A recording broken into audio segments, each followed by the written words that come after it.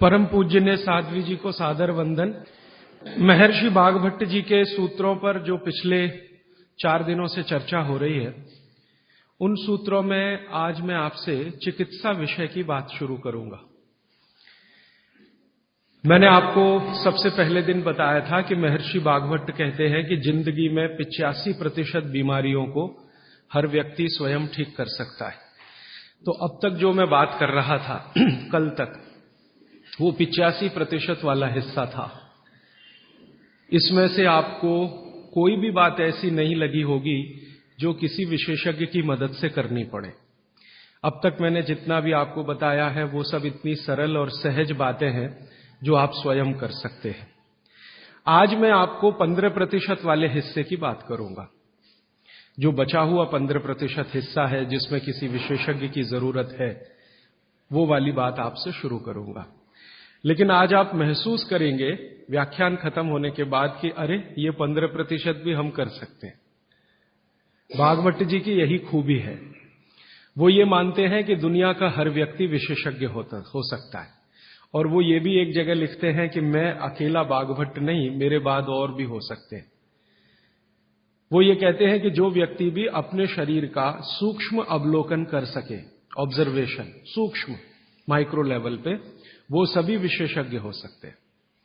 तो विशेषज्ञ चिकित्सा के स्तर पर आज मैं उनका एक अध्याय आपके सामने लेता हूं। ऐसे उन्होंने लगभग 40 से ज्यादा अध्याय लिखे हैं, उसमें से एक मैं शुरू करता हूं। बागभट्ट जी ये कहते हैं कि जब विशेषज्ञ चिकित्सा की बात आए, गंभीर रोग जैसे कैंसर है, डायबिटीज है, अर्थराइटिस है, तो इसमें वो कहते हैं कि भगवान ने, प्रकृति ने ऐसी व्यवस्था बनाई है कि विशेष गंभीर रोगों की चिकित्सा भी आप बहुत आसानी से, सहजता से कर सके। उसमें से उन्होंने एक जगह लिखा है कि इस पूरे ब्रह्मांड में, पूरी प्रकृति में ऐसी कई चीजें हैं जो एक साथ वात, पित्त और कफ तीनों को ठीक करने की शक्ति रखती है। एक साथ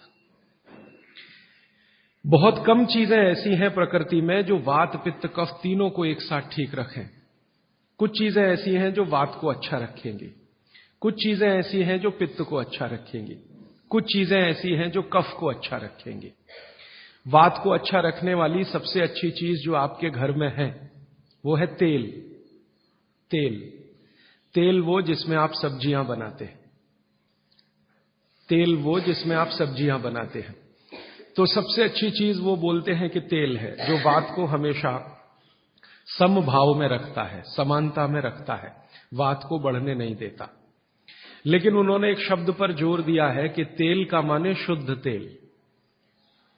अब ये शुद्ध तेल उन्होंने लिखा 3500 साल पहले। आज के विश्लेषण में अगर हम ध्यान दें तो शुद्ध तेल का माने तेल की घानी से निकाला हुआ सीधा सीधा तेल, बिना कुछ मिलाए हुए सीधा सीधा तेल, कोई भी मशीन से निकाला हुआ सीधा सीधा तेल, उसमें कुछ नहीं मिलाया, मतलब नॉन रिफाइंड तेल।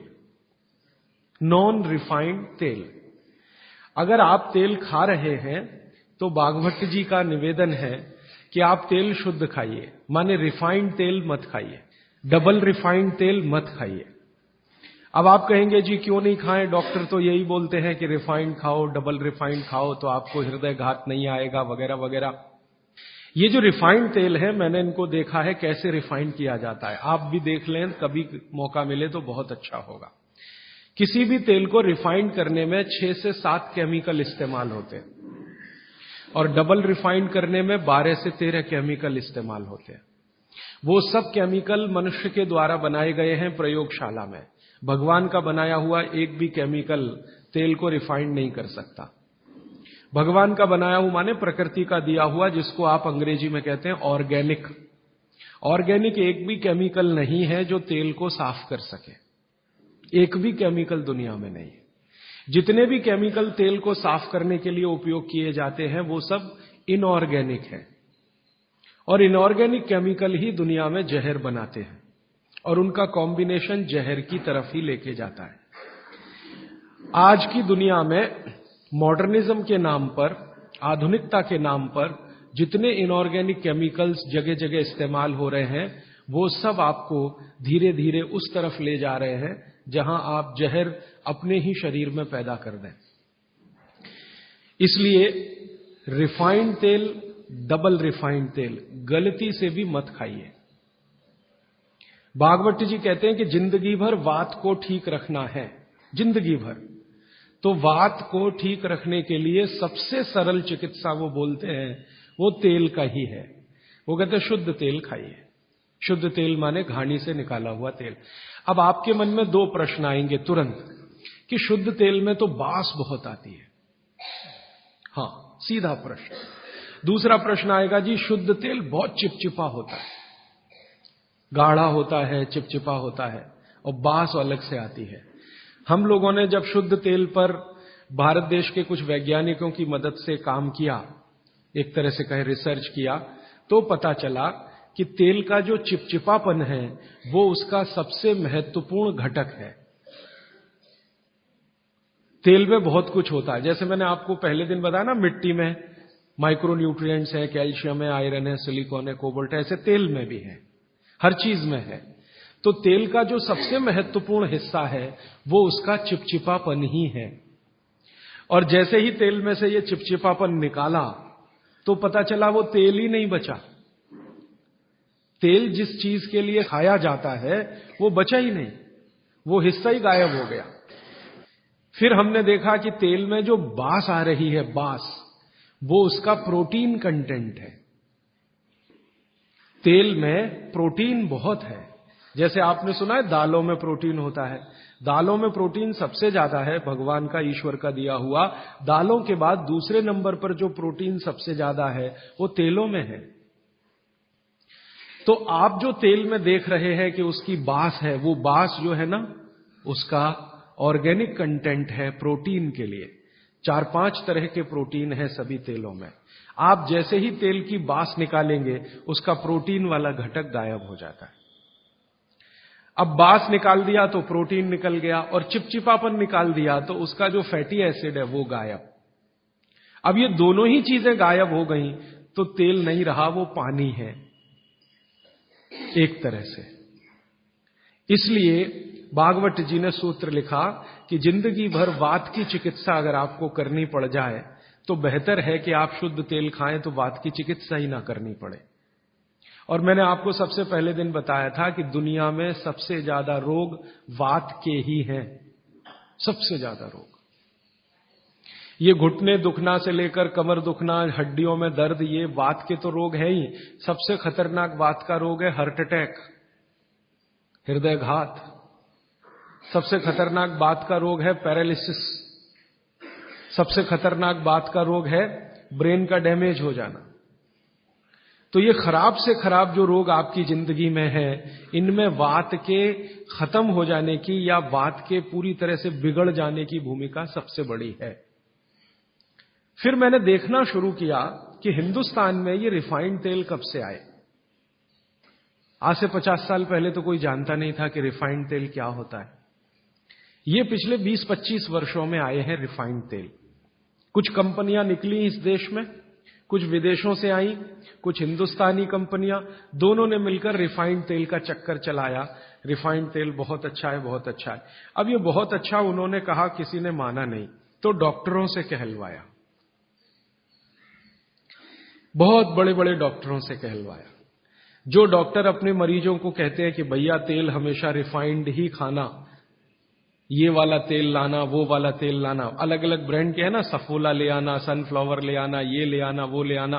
इन डॉक्टरों के साथ मैंने जब वार्ताएं करना शुरू किया, खासकर बंबई के कुछ डॉक्टरों को जो हर समय ये प्रेस्क्रिप्शन के साथ कहना नहीं भूलते कि तेल सफोला का ही खाना या तेल ये ही खाना, तो मैंने कहा डॉक्टर साहब सफोला से आपका क्या रिश्ता है, जो आप हर मरीज को कहते हैं तेल सफोला का ही खाना। ये क्यों नहीं कहते तेल तिल का ही खाना, ये क्यों नहीं कहते तेल नारियल का ही खाना, ये क्यों नहीं कहते तेल मूंगफली का ही खाना। ये सफोला कहां से आ गया? हमारे यहां तो नारियल का तेल होता है, मूंगफली का तेल होता है, तिल का तेल होता है, सफोला का तेल ये हिंदुस्तान का। तो वो डॉक्टर तो नहीं बताते, लेकिन उनकी पत्नियां बताती हैं कि वो सफोला वाला आता है ना। तो डॉक्टर साहब को कभी रेफ्रिजरेटर दे जाता है, कभी टेलीविजन दे जाता है, कभी डॉक्टर साहब और मुझे मिला के नेपाल की यात्रा करा देता है, कभी हमारे बच्चों के साथ हमको अफ्रीका की सफारी दिखा देता है। तो ये है चक्कर सारा कि एक तरह से किकबैक डॉक्टर साहब को प्रत्यक्ष और परोक्ष रूप से मिल रही है। इसलिए डॉक्टर साहब बार बार कह रहे हैं कि सफोला का तेल खाना। अब ये सफोला का तेल हमने लेकर टेस्ट किया लेबोरेटरी में। सूरजमुखी का तेल जो अलग अलग ब्रांड का है वो टेस्ट किया लेबोरेटरी में। दिल्ली में all India institute of medical sciences के कई डॉक्टरों को इसमें इंटरेस्ट हुआ कि बात तो ये गहरी है, इस पे काम करके देखना चाहिए। तो वो डॉक्टरों ने जो कुछ भी निकाल के दिया है रिसर्च के रूप में, है तो बहुत मोटा हिस्सा, अगर बात करूं तो बहुत दिन बीत जाएंगे, उसका निष्कर्ष एक वाक्य में बता देता हूं कि तेल में जैसे ही आप बांस को निकालेंगे और उसका चिपचिपापन हटाएंगे, वो तेल ही नहीं रहता, तेल के सारे महत्वपूर्ण घटक निकल जाते हैं। और डबल रिफाइंड में तो कुछ भी नहीं बचता। डबल रिफाइंड तो बिल्कुल छूछ है, कुछ है ही नहीं उसमें, और आप उसको खा रहे हैं। तो तेल के माध्यम से शरीर को जो कुछ चाहिए वो मिलता नहीं। आप बोलेंगे जी तेल के माध्यम से हमारे शरीर को क्या मिलता है? मैं बार बार एक शब्द पे आपको ध्यान लाया, HDL, हाई डेंसिटी लिपोप्रोटीन। ये तेलों में से ही आता है आपके शरीर में। वैसे तो ये लीवर में बनता है, लेकिन तेल खाएं तब, खाएंगे नहीं तो बनेगा नहीं है। तो शुद्ध तेल आप खाएं तो आपके लीवर की मदद से HDL आपके शरीर में बेहतरीन स्थिति में रहे। और ये HDL ही है जो आज की रिसर्च बताती है जो वात को कंट्रोल कर सकता है, HDL ही है। तो आधुनिक विज्ञान का ये HDL और 3500 साल पहले के विज्ञान बागभट्ट चिकित्सा का तेल, ये दोनों एक ही चीजें हैं। तो आप शुद्ध तेल खाएं तो HDL अच्छा रहे। HDL अच्छा रहे, जिंदगी में हार्ट अटैक आने की कोई संभावना नहीं। आप निसंकोच अपना जीवन बिताइए। फिर एक और महत्व की बात, हमने हमारे कुछ दोस्त लोग हैं इस अभियान में जुड़े हुए, उनके ऊपर एक्सपेरिमेंट किए। खासकर छत्तीसगढ़ में हमारे कुछ मित्र हैं। मैंने कहा भाई आप ऐसा करो, चिकित्सा करनी है तो बागभट्ट की करो। हाँ ठीक है करेंगे। तुम डॉक्टर बंद कर दो। हाँ बंद कर देंगे। तो ऐसे हमने कुछ हमारे दोस्त इकट्ठे किए जिनको बहुत ज्यादा समस्या है कोलेस्ट्रॉल की, बहुत ज्यादा समस्या है ट्राइग्लिसराइड की, बहुत ज्यादा समस्या है हाई बीपी की। ऐसे कुछ लोग इकट्ठे किए और छत्तीसगढ़ में ये इसलिए किया कि छत्तीसगढ़ भारत में ऐसा एक राज्य है जहां शुद्ध तेल अभी भी मिलता है। गांव गांव में तेल निकालने वाली घानियां हैं, आसानी से तेल उपलब्ध है और आसानी से सरसों भी उपलब्ध है, मूंगफली भी उपलब्ध है। तो वहां करने का ये एक ही प्रयोजन था और ये लगभग हम 3-3.5 साल से कर रहे हैं। अभी भी ये चालू है, हमारा काम बंद नहीं हुआ है। तो वहां हमने जिन जिन लोगों को शुद्ध तेल पर लाया उनका ये बंद करा दिया, रिफाइंड और डबल रिफाइंड, और शुद्ध तेल पर वो आते गए। अभी उनकी स्थिति ये है कि जब हम उनको डॉक्टर को दिखाते हैं और पुरानी रिपोर्ट लेके जाते हैं कि देखो 3 साल पहले इनकी ये रिपोर्ट थी, कोलेस्ट्रॉल इतना, ट्राइग्लिसराइड इतना, ये इतना, तो डॉक्टर कहता है ये रिपोर्ट में तो 8 दिन के ज्यादा जिंदा नहीं रहना चाहिए, हार्ट अटैक आना ही चाहिए और मरना ही चाहिए, लेकिन आप बचे कैसे हैं? तो अब रिपोर्ट ये देख लो। आज की रिपोर्ट उनको दिखाते हैं तो वो कहते हैं कि मिरेकल है, ये मिरेकल कुछ नहीं है, चमत्कार कुछ नहीं, बस एक ही है कि शुद्ध तेल खाया उन्होंने और जो तेल के घटक होते हैं वो भरपूर मात्रा में उनके शरीर को मिले, इसलिए उनके ट्राइग्लिसराइड्स लेवल कम हुए, कोलेस्ट्रॉल लेवल माने VLDL, LDL कोलेस्ट्रॉल लेवल कम हुए, HDL उनका बहुत तेजी से बढ़ा, ब्लड प्रेशर उनका अपने आप कम हुआ, हार्ट अटैक आने की जो कंडीशन बनी हुई थी वो पूरी तरह से खत्म हुई। और अब इतना काम करने के बाद मुझे ये कॉन्फिडेंस हो गया है कि उनमें से 2 हमारे कार्यकर्ता तो ऐसे हैं जिनको हार्ट में भयंकर ब्लॉकेज थे, अभी चेक कराएंगे तो वो ब्लॉकेज भी नहीं मिलेंगे। ये आया रिपोर्ट और बागभट्ट जी का देखकर फिर मैंने देखना शुरू किया। आप भी जरा पुरानी चीजें याद करिए, 20 साल पहले की, 25 साल पहले की। तो हमारे घरों में बहुत सारी चीजों में बहुत बार तेल का उपयोग होता था और तेल के साथ घी का उपयोग तो और भी ज्यादा होता था।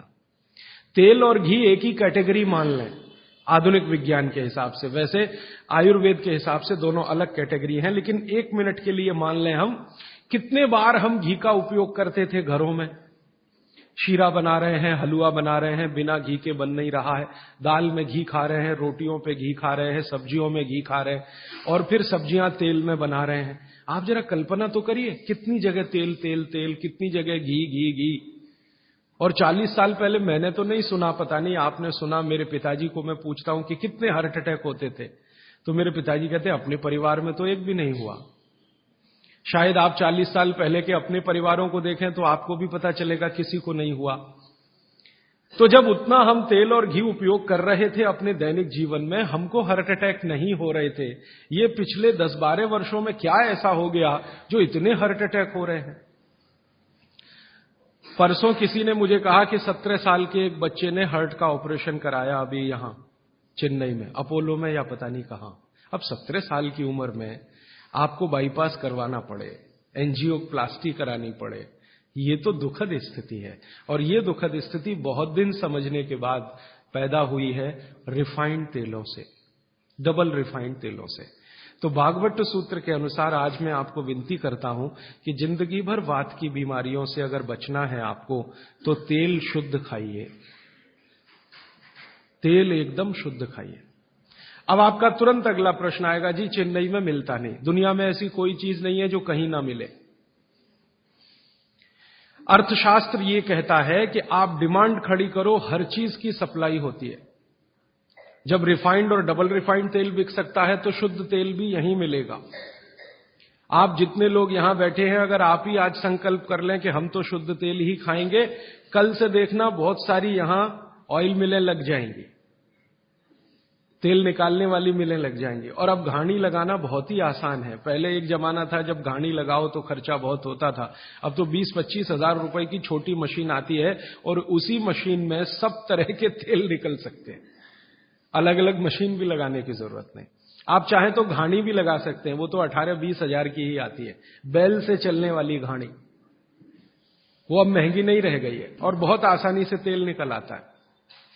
तो इसलिए आप तेल शुद्ध की तरफ बढ़ जाइए। और मैं आपको जो रिसर्च कहती है वो कह रहा हूं कि जिस तेल में चिपचिपापन जितना ज्यादा होगा वो आपके लिए उतना ही उपयोगी है। जिस तेल में बास जितनी ज्यादा होगी वो उतनी ही उपयोगी है। सरसों के तेल के बारे में सारे डॉक्टर्स ऑल इंडिया इंस्टीट्यूट के जो रिसर्च कर चुके हैं वो ये कहते हैं, सरसों के तेल का डब्बा मुंह पे लगाओ और जो आंख में से आंसू तुरंत ना निकलें तो समझ लो वो नकली है। उसकी इतनी तेज बास आएगी कि आंख से आंसू निकल ही आएंगे, नाक चलना आपकी शुरू हो ही जाएगी। वो कहते हैं वो उसके शुद्धता की गारंटी है।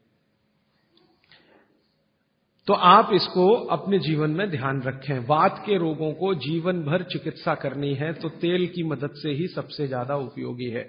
और तेल खाने के तरीके आप सब जानते हैं, उन्हें बताने की जरूरत नहीं है कि सब्जी में कितना तेल डालना, दालों में या आपके दूसरे भोजन पकवानों में तेलों का किस तरह से उपयोग करना। मैंने ये देखा हिंदुस्तान में कि हमारे यहां तीज त्योहार होते हैं और हर तीज त्योहार में कुछ खास तरह के व्यंजन और पकवान बनते हैं। मैंने ये देखा है कि कुछ खास तरह के त्योहार में कुछ खास तरह का तेल उपयोग हो रहा है, दूसरे तरह के त्योहारों में दूसरे तरह का तेल उपयोग हो रहा है। उसके पीछे बड़ा साइंस है, बहुत बड़ा साइंस है, बहुत बड़ा विज्ञान है। वो विज्ञान ये है कि जैसे मान लीजिए होली के आसपास के त्योहार, चैत्र के महीने के त्योहार, फागुन और चैत्र के महीने के त्योहार। अब फागुन और चैत्र के महीने के त्योहारों में जो जो पकवान बन रहे हैं, आप उन पर अगर नजर डालें तो वो उस मौसम के हिसाब से बहुत ही अनुकूल है। दिवाली के आसपास के जो तीज त्योहार हैं, नवंबर दिसंबर के या अक्टूबर नवंबर के, उनमें जो पकवान बन रहे हैं वो खास तरह के प्रिपरेशन है, बहुत गहरा विज्ञान है। कभी मौका मिला तो इस पे अलग से ही बात करूंगा कि त्योहारों में पकाए जाने वाले जो व्यंजन हैं वो हमारे शरीर को किस तरह की मदद कर रहे हैं। हमारे वैज्ञानिकों ने माने महर्षियों ने ये देखा कि जीवन के दिनों में माने अगर ठंड के दिन है तो शरीर में क्या प्रकोप ज्यादा है, बरसात के दिन है तो शरीर में क्या प्रकोप ज्यादा है, गर्मी के दिन है तो शरीर में कौन सा प्रकोप ज्यादा, प्रकोप माने वात पित्त कफ, ये तीन ही तरह के, तो उनको संयमित रखने के लिए कौन सी चीजें प्रकृति ने दी हैं, तो व्यंजनों में वही चीजें डाली गई हैं। जैसे अब मैं आपको थोड़ा और स्पष्ट करता हूं, ये बात अमूर्त है लेकिन अब थोड़ी मूर्त करता हूं। सर्दी के दिनों में जितने भी त्योहार आप मनाते हैं या जितने भी त्योहारों में आप अपने जीवन को लगाते हैं, ये सब त्योहारों में आप देखो भोजन ज्यादा से ज्यादा आपके हिसाब से गरिष्ठ होता है। प्रिपरेशन कुछ इस तरह के होते हैं, जैसे आप तिल खा रहे हैं, सर्दी के दिनों में भरपूर तिल खाया जाता है और तिल के तरह तरह के व्यंजन बनाए जाते हैं। अगर आप गुजरात में रहते हैं तो अड़दिया खाया जाता है, अड़दिया। दुनिया का इससे अच्छा शायद कोई पकवान ना हो, अड़दिया जिसको कहा जाता है, उड़द की दाल का बनता है अड़दिया। ऐसे ही राजस्थान के कुछ इलाकों में विशेष पकवान है, ऐसे उत्तर प्रदेश के इलाकों में कुछ पकवान है। लेकिन अगर महसूस करें तो ये सब भारी हैं, भारी गुरुत्व है इसमें। भागवत जी ने एक शब्द इस्तेमाल किया, गुरुत्व वाले पदार्थ, माने भारी हैं, आसानी से नहीं पचते, धीरे धीरे पचते। अड़दिया तो आसानी से नहीं पचेगा, तिल की चीजें भी आसानी से नहीं पचने वाली हैं। लेकिन जिन दिनों में हम ये खा रहे हैं उन दिनों में शरीर के लिए यही अच्छा है कि कोई चीज आसानी से ना पचे, धीरे धीरे पचे, देर में पचे। क्यों? अब ये ठंडी के दिन होते हैं तो ठंडी के दिनों में शरीर में पित्त जो है ना थोड़ा कम होता है, पित्त थोड़ा कम होगा, वात ज्यादा बढ़ा हुआ रहेगा और कफ सबसे ज्यादा बढ़ा हुआ रहेगा ठंड के दिनों में। अब कफ सबसे ज्यादा बढ़ा हुआ है तो कफ का असर हमारी जठर अग्नि पर है। अब कफ का असर जठर अग्नि पर है तो जठर अग्नि भी थोड़ी कम रहती है, थोड़ी, जो गर्मियों के दिनों में वो भड़कती है उतनी नहीं होती। तो अगर आपकी जठर अग्नि कुछ कम है, कफ के प्रभाव में है, तो आप भोजन भी ऐसे खाइए जो तुरंत पचने वाले नहीं है, धीरे धीरे पचने वाले हैं, ताकि जठर अग्नि उसके साथ मेल कर ले अपनी गति का। ऐसे समझ लो जठर की गति कम होती है तो खाए जाने वाला खाना भी कम गति से पचने वाला हो तो बहुत अच्छा है। तो सोच समझकर यह तय किया गया कि सर्दी के दिनों में तिल खाना है, सर्दी के दिनों में मूंगफली खानी है, सर्दी के दिनों में गुड़ खाना है, सर्दी के दिनों में घी सबसे ज्यादा खाया जाता है। और आपने अक्सर वैद्यों से सुना होगा सेहत बनानी है तो यही दिन सबसे अच्छे हैं, माने खूब अच्छा अच्छा खाओ। और भगवान का दिया हुआ भी इन महीनों में भरपूर होता है। तिल भी इन्हीं महीनों में आते हैं, मूंगफली भी नई इन्हीं महीनों में आती है, चने भी इन महीनों में नए आते हैं। तो अच्छा खाना खाने का समय यही माना जाता है सर्दियों का। और अच्छा खाना वो जो गुरुत्व वाला है, गुरुत्व वाला वो जो थोड़ा धीरे धीरे धीरे धीरे पचता है। तो कितना बड़ा मेल बिठाकर हमारे लोगों ने हमारे व्यंजनों को त्योहारों के साथ जोड़ा। गर्मी के दिनों में उल्टा होता है, गर्मी के दिनों में आपका पित्त भड़कता है, माने अग्नि तीव्र है, तो आप ऐसा खाना खाओ जो जल्दी हजम हो जाए। बारिश के दिनों में सम रहता है, पित्त जो है बहुत ही कम होता है, तो बारिश के दिनों में यह कहा जाता है कि भैया सबसे हल्का खाना खाओ बारिश के दिनों में, क्योंकि पित्त उस समय सबसे कम है। और कई बार तो कहते हैं जी एक ही बार खा लो तो अच्छा है बारिश के दिनों में। और जैन समाज वाले तो जानते हैं कि बारिश के दिनों के खाने में बहुत रिस्ट्रिक्शन है। क्यों जी? ऐसा खाना तो आप खा ही नहीं सकते जिसमें पानी बहुत हो, क्योंकि शरीर में ही पानी बहुत होता है उस समय, प्रकृति के हिसाब से शरीर चलता है। तो बारिश के दिनों में अक्सर आपने सुना है जैन साधु संतों के मुंह से कि हरा पत्ती का सब्जी मत खाओ, हरा सब्जियां मत खाओ, ये वगैरह वगैरह। हरे पत्ती की सभी सब्जियां बहुत पानी भरी भरी, पानी शरीर में ही पहले से ज्यादा है क्योंकि बारिश में नमी ज्यादा है, तो आप ज्यादा पानी के शिकार होंगे। ज्यादा पानी भी अच्छा नहीं है, कम पानी भी अच्छा नहीं है। तो इसलिए साधु संत जो कहते हैं वो भी कुछ विज्ञान के आधार पर कहते हैं। बस अंतर इतना ही है कि हमारे दिमाग में क्यों इतना गहरा घुसा हुआ है कि जब तक क्यों एक्सप्लेन कोई नहीं करता हम ना उसकी बात सुनते हैं ना मानते। तो अपने देश में भागवत जी के अनुसार वात की चिकित्सा जिंदगी भर अच्छी रहे आपकी, तो तेल शुद्ध खाइए, ये एक सूत्र। अब दूसरा सूत्र वो कहते हैं कि पित्त की चिकित्सा, पित्त जिंदगी भर आपका ठीक रहे, आपको तकलीफ ही ना आए, तो कहते हैं देशी गाय का घी खाइए। पित्त को जिंदगी भर सम रखने के लिए अगर कोई एक चीज उन्होंने बताई है सबसे अच्छी, वैसे तो उन्होंने सैकड़ों चीजें बताई, सबसे अच्छी तो उसकी ऊपर की श्रेणी में गिनती है घी। घी माने गाय का घी। भैंस के घी के लिए उन्होंने बोला है, लेकिन उन्होंने कहा है कि वो एक ही कैटेगरी के लोगों के लिए है जो कुश्ती लड़ते हैं। कुश्ती लड़ते हैं माने पहलवानी करते हैं, दंड बैठक लगाते हैं, पहलवानी करते हैं, वो घुमाते हैं। इनके लिए उन्होंने कहा है कि ये गाय का घी कभी ना खाएं, ये भैंस का ही घी खाएं, क्योंकि होना ही उनको भैंस के जैसा है। आपके लिए नहीं है, आप सदगृहस्थ हैं, ना आपको कुश्ती लड़नी है, ना आपको पहलवानी करनी है, ना आपको दंड बैठक लगानी है, ना आपको रेस जीतनी है, आपको तो जीवन अपना चलाना है ठीक तरीके से। तो आपके लिए है गाय का घी। और पहलवान जो कुश्ती लड़ रहे हैं, अखाड़े में दंड बैठक लगा रहे हैं, मुगदर घुमा रहे हैं, वगैरह वगैरह, इनके लिए है भैंस का घी। भागवत जी कहते हैं कि वो अगर गाय का घी खाएंगे तो बीमार पड़ेंगे, और आपने अगर भैंस का घी खाया तो आप तकलीफ में आएंगे। तो जिंदगी भर पित्त आपका ठीक रहे, पित्त से होने वाली बीमारियां ना हो, तो आप गाय का घी खाते रहिए।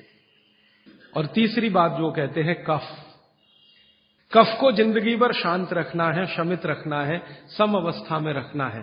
तो सबसे अच्छी चीज जो उन्होंने बताई है, वैसे तो सैकड़ों हैं, लेकिन मैं सबसे अच्छी चीज पहले बता रहा हूं। वो कहते हैं नंबर 1 की चीज है कफ को शांत रखने के लिए, वो है गुड़। और ऑब्लिक करके उन्होंने एक चीज बताई है, शहद। तो वो कहते हैं कि जो शहद खा सकते हैं वो शहद खाएं, जो नहीं खा सकते वो गुड़ खाएं।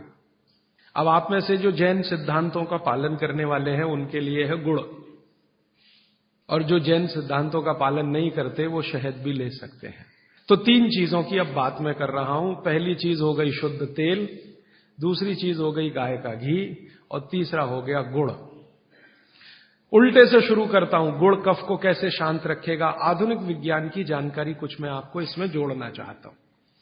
कफ जब भी बिगड़ता है, कफ जब भी बिगड़ता है तो शरीर में एक तत्व की बहुत कमी आ जाती है, वो है फास्फोरस। केमिकल है एक फास्फोरस।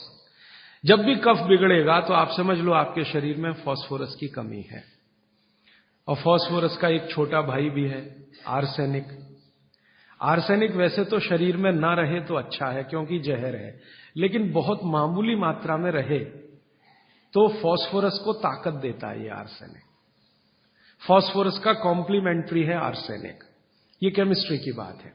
अब आप समझ लीजिए कि कफ आपके शरीर में बढ़ गया, इसका माने फास्फोरस कम हो गया। तो भागवत जी ने कितनी इंटेलिजेंसी से चुना, गुड़ खाओ। हमने गुड़ को जब टेस्ट किया लेबोरेटरी में तो उसमें सबसे ज्यादा फास्फोरस ही है। गुड़ में सबसे ज्यादा फास्फोरस है। हालांकि उसमें थोड़ा मात्रा में आर्सेनिक भी है, लेकिन फास्फोरस उसमें सबसे ज्यादा मात्रा में है। और गुड़ जो बना है ना, किससे बना है? गन्ने के रस से। तो गन्ने के रस को टेस्ट किया तो पता चला गन्ने के रस में फास्फोरस है, लेकिन गन्ने के रस से ज्यादा गुड़ में है। गन्ने के रस में भी फास्फोरस है, लेकिन उससे ज्यादा गुड़ में है। तो क्या किया हमने? गन्ने के रस को गर्म किया। तो गर्म करने की जो प्रक्रिया है, इसमें फास्फोरस घटा नहीं, बढ़ा। ये पता नहीं क्या अद्भुत विज्ञान है। तो भागवत जी ने यह नहीं कहा कि गन्ने का रस पियो, उन्होंने कहा गुड़ खाओ। गन्ने के रस को भी वो कह सकते थे क्योंकि फास्फोरस उसमें है, लेकिन गन्ने के रस से ज्यादा बेहतरीन स्थिति का फास्फोरस गुड़ में है, जो सबसे जल्दी हजम होता है। ये गुड़ ऐसी अद्भुत चीज है जो 1 दिन के बच्चे को भी खिलाया जा सकता है। 1 दिन के बच्चे को, आज बच्चा पैदा हुआ, आप शाम को उसे गुड़ दे सकते हैं, आज ही दे सकते हैं। हाँ, तो आप जो है एक ऐसी स्थिति में है जहां आपके पास कई चीजें उपलब्ध हैं, उनमें से भागवती जी चुनकर दे रहे हैं कि देखो ये है। अब गुड़ बनाने के पहले एक और चीज बनती है जिसको मराठी में कहते हैं काकवी। तरल गुड़ कहिए उसको, तरल गुड़। राब कहते हैं कई लोग उसको, राब, राजस्थान में राब कहते हैं। वो ये कहते हैं कि गुड़ और राब में आपके पास अगर चॉइस है तो राब खाइए, वो गुड़ से भी ज्यादा अच्छी है। तो राब हमने बनवाई और उसको टेस्ट किया लेबोरेटरी में, तो गुड़ से बेहतरीन स्थिति का फास्फोरस राब में है। तो आपकी जिंदगी का इसको हिस्सा बना लीजिए, हिस्सा। कफ की जिंदगी में तकलीफ कभी भी नहीं आए जो आप राब और गुड़ खाएं, ये आपकी जिंदगी का हिस्सा हो जाना चाहिए। अब आप पूछेंगे जी कौन सा गुड़ खाएं? बाजार में कई तरह के गुड़ हैं। एक गुड़ है जो बहुत गोरे रंग का होता है, सफेद सफेद होता है। जो गुड़ का रंग जितना ज्यादा साफ वो उतना ही बड़ा जहर। आप कहेंगे जी ये गुड़ तो बहुत ही बढ़िया, एकदम सफेद। ये सफेद रंग के चक्कर में हम बर्बाद हो गए। जब से अंग्रेज आए ना, हमारे दिमाग में भूत घुस गया। हर चीज हमें गोरी चाहिए, हर चीज गोरी, हर एक रंग सफेद चाहिए। हां, मैं रविवार का अखबार जब पढ़ता हूं ना तो मैट्रिमोनियल कॉलम्स आते हैं, सबको गोरी पत्नी चाहिए, भले चाहने वाला चिक्कट काला हो उसको गोरी ही चाहिए। भागवत जी कहते हैं कि प्रकृति में, आप इसको ध्यान से सुन, प्रकृति में जिन चीजों का रंग जितना ज्यादा सफेद है वो उतनी ही आपके लिए अनुकूल नहीं है। इसको ध्यान से समझिए। प्रकृति में जिन चीजों का रंग जितना ज्यादा सफेद है वो आपके अनुकूल नहीं है। उदाहरण के लिए भैंस का दूध बहुत सफेद है, वो पहलवान के लिए है, आपके लिए नहीं है भैंस का दूध। और गाय का दूध एकदम पीला है, पीला, सफेद नहीं है गाय का दूध, वो अनुकूलता ज्यादा है। तो प्रकृति में गन्ना है ना, गन्ने का रस कभी भी सफेद नहीं होता, आपने तो देखा है ना अच्छे से। गन्ने का रस तो हरा हरा ही होता है, फिर ये सफेदी कहां से आई? मैं आपको बहुत विनम्रता पूर्वक कहता हूं, ये सफेदी आती है निरमा वॉशिंग पाउडर से। और ज्यादा सफेदी आती है एरियल से, प्रॉक्टर एंड गैम्बल का एरियल। और आपको अब मैं जो कहने जा रहा हूं वो आप कभी विश्वास करें या ना करें, लेकिन सच यही है कि गुड़ बनाने वाले आपका जो सफेदी का लालच है ना, सफेदी के प्रति आपका मोह, उसको ध्यान में रखते हुए इतना निरमा डालते हैं, इतना वॉशिंग पाउडर उसमें डालते हैं गन्ने के रस में कि वो गुड़ का रंग ही बदल जाता है। तो ये सफेद गुड़, एकदम व्हाइट कलर का गुड़, ये तो बहुत ही खतरनाक है, बहुत ही खराब है। इसको तो गलती से भी छूइए मत। तो फिर आप कहेंगे जी गुड़ कौन सा अच्छा है? गुड़ का जो नेचुरल कलर है वो वही है जो चॉकलेट का होता है। चॉकलेट आपने देखी है, जिस रंग की चॉकलेट है रंग वही गुड़ का सबसे अच्छा। तो गुड़ खरीदते समय ध्यान रखिए, तांबई कलर का, जिसको हम कहते हैं तांबई कलर, कॉपर कलर का जो गुड़ है वो दुनिया का सबसे अच्छा गुड़ है। तो गुड़ जब लाएं खरीद कर खाने के लिए तो दुकान वाले को बोल कर लाइए कि भाई हमको ये सफेद वाला नहीं चाहिए। तो कहेगा कौन सा चाहिए? तो वो जो काला काला सा, थोड़ा चॉकलेटी कलर का, गहरे लाल रंग का, वो दे दो। तो वो भी है उसके पास, वो अंदर रखता है, क्योंकि उसे मालूम है आप लेने वाले हैं नहीं उसे, तो वो अंदर रखता तो है। आप जब मांगोगे तो वो वही लेके आएगा। ये गुड़ जहां से भी बनकर आ रहा है वहां फिर संदेशा जाएगा, ये सफेद बंद कर दो, कोई मांग नहीं रहा, कोई ले नहीं रहा, सबको अब वही चाहिए। तो गुड़ की सप्लाई बदल जाएगी, ये गुड़ ही खाए। अब मैं जो और गहरी बात पे जा रहा हूं, भागवत जी कहते हैं कि दुनिया में गुड़ के अतिरिक्त जो मिठाइयां हैं, गुड़ के अतिरिक्त, वो आपके लिए बहुत अच्छी नहीं है। अब गुड़ के अतिरिक्त मिठाई में जरा चले तो क्या है? चीनी। आज के समय में, भागवत जी के समय चीनी नहीं थी, इसलिए उन्होंने उस पर कोई सूत्र नहीं लिखा, क्योंकि उन्हें कोई कल्पना भी नहीं थी कि चीनी बना लेगा आदमी। अब ये चीनी बहुत खराब है। चीनी और गुड़ का एक ही रॉ मटेरियल है, आप जानते हैं। गन्ने के रस में से ही चीनी बनती है और गन्ने के रस में से ही गुड़ बनता है। बस दो अलग अलग सभ्यताओं का इसमें फर्क है। एक है सभ्यता यूरोप और अमेरिका की, जहां से चीनी आई, और दूसरी सभ्यता है भारत की, जहां से गुड़ आया। एक ही रॉ मटेरियल है, एक ही रॉ मटेरियल है। चीनी बनाने के लिए भी गन्ने का रस ही लगता है, गुड़ बनाने के लिए भी गन्ने का रस ही लगता है। और थोड़ा सा आगे बढ़े कि एक ही रॉ मटेरियल है गेहूं का आटा, जिससे रोटी भी बनती है, पूड़ी भी बनती है, पराठा भी बनता है, उसी से पाव रोटी भी बनती है और डबल रोटी भी बनती है। ठीक है, सभ्यताओं का अंतर है, रॉ मटेरियल सेम है। गेहूं का आटा वो हिंदुस्तान में भी है, वो अमेरिका में भी है, वो कनाडा में भी है, वो भारत में भी है, लेकिन वो गेहूं के आटे से बनाते हैं पाव रोटी और डबल रोटी। हम गेहूं के आटे से बनाते हैं रोटी, पूड़ी या पराठा या आदि आदि बहुत सारी चीजें। अंतर क्या है जी? अंतर प्रोसेस का है, प्रक्रिया का अंतर, प्रक्रिया का अंतर है। रॉ मटेरियल सेम है, एंड प्रोडक्ट भी सेम है, खाए जाने के लिए बन रहा है, लेकिन प्रक्रिया अलग अलग है। वो रोटी बनाएंगे तो पहले आटे को सड़ाएंगे, फर्मेंट करेंगे, और आटे को सड़ा सड़ा के पुराना पुराना कर करके फिर उसमें से पाव रोटी ही बनेगी। रोटी तो बन नहीं पाएगी, क्योंकि आटे के फर्मेंटेशन के बाद रोटी बनना मुश्किल होता है उसमें। और हम आटे को पानी में गूंदेंगे और तत्काल उसकी प्रक्रिया करके रोटी बना लेंगे। वो प्रक्रिया नहीं कर पाते क्योंकि उनको कोई सिखाने वाला नहीं, कोई यूनिवर्सिटी नहीं, कोई कॉलेज नहीं। इसी तरह से उनके यहां शक्कर में होता है कि गन्ने के रस को, कई देशों में गन्ना उत्पन्न होता है, ब्राजील में, मैक्सिको में वगैरह वगैरह, तो वो गन्ने के रस को प्रोसेस करते करते चीनी बना लेते हैं। हम चीनी की तरफ नहीं गए, हमने गुड़ ही बनाया, क्योंकि चीनी बनते ही, अब आप ध्यान देना जो मैं कहने जा रहा हूं, चीनी बनते ही फास्फोरस खत्म होता है। चीनी बनते ही फास्फोरस खत्म होता है, और आपको चाहिए फास्फोरस कफ का शमन करने के लिए। अब वो है ही नहीं चीनी में, तो आप जो चीनी खा रहे हैं वो जिस उद्देश्य के लिए खा रहे हैं वो पूर्ति ही नहीं होती।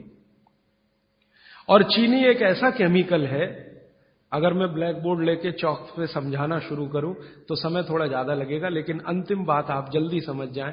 चीनी जब आपके शरीर में जाती है और ये टूटती है, हर चीज अंदर जाके टूटती है, माने पचती, तो इसके सबसे अंत में जो बनता है वो एसिड है।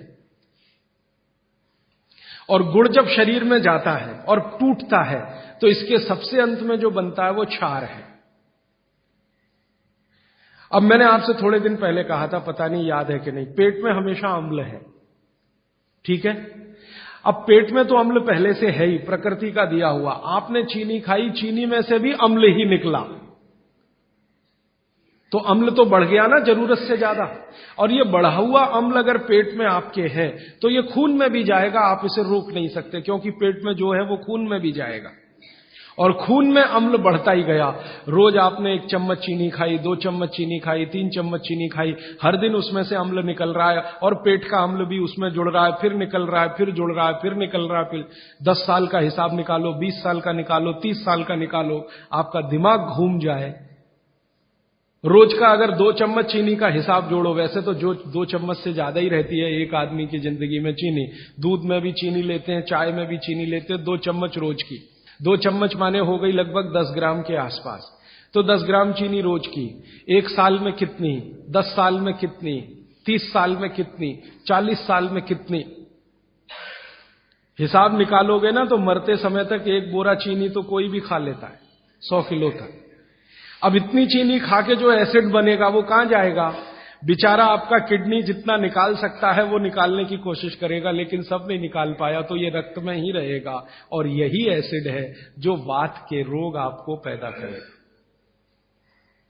तो इसलिए चीनी और गुड़ एक ही चीज में से बनने वाली 2 मीठी वस्तुएं हैं, लेकिन गुड़ में क्या है? गुड़ जब आप खाएंगे, फास्फोरस किसी भी चीज में रहे, क्षारपन ही रखता है वो उस चीज को, माने उसमें एल्केलाइन की प्रॉपर्टी ही रहती है।